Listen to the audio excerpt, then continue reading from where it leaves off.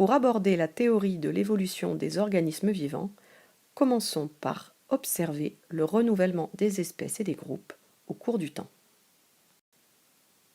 Pour cela, observons la vie animale et végétale reconstituée à partir de fossiles à 3 époques différentes de la nôtre.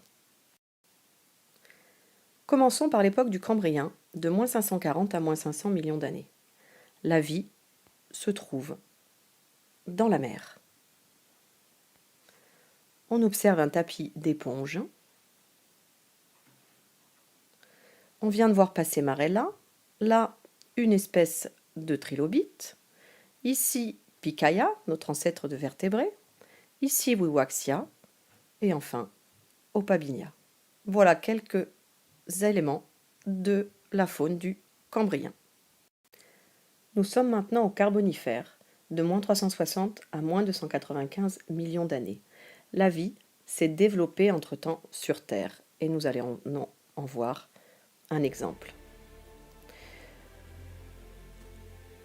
D'immenses forêts recouvrent les continents.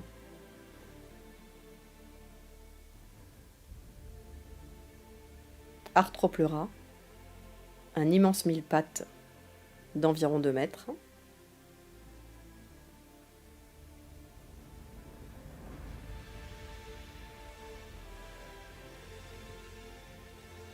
Un scorpion de la famille des arachnides. De petits reptiles qui commencent à se développer. Une araignée encore.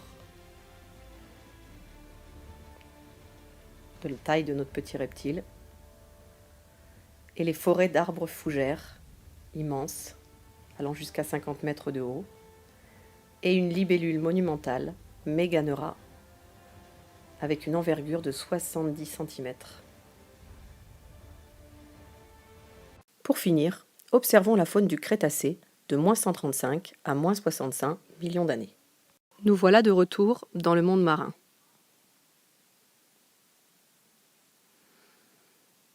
Avec les ichthyosaures en banc.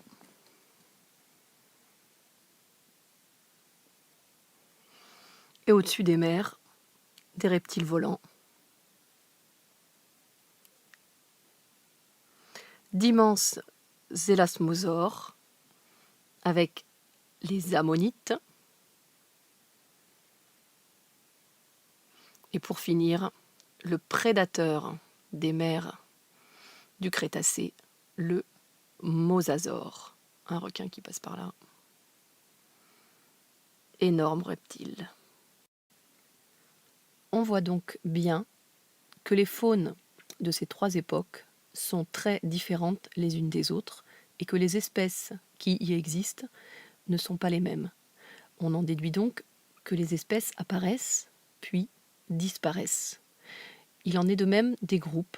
Ceux-ci apparaissent, se développent, peuvent régresser et même, parfois, disparaître, comme cela a été le cas pour les dinosaures il y a 65 millions d'années, ou pour les trilobites que nous avons vus au Cambrien à la fin de l'ère primaire.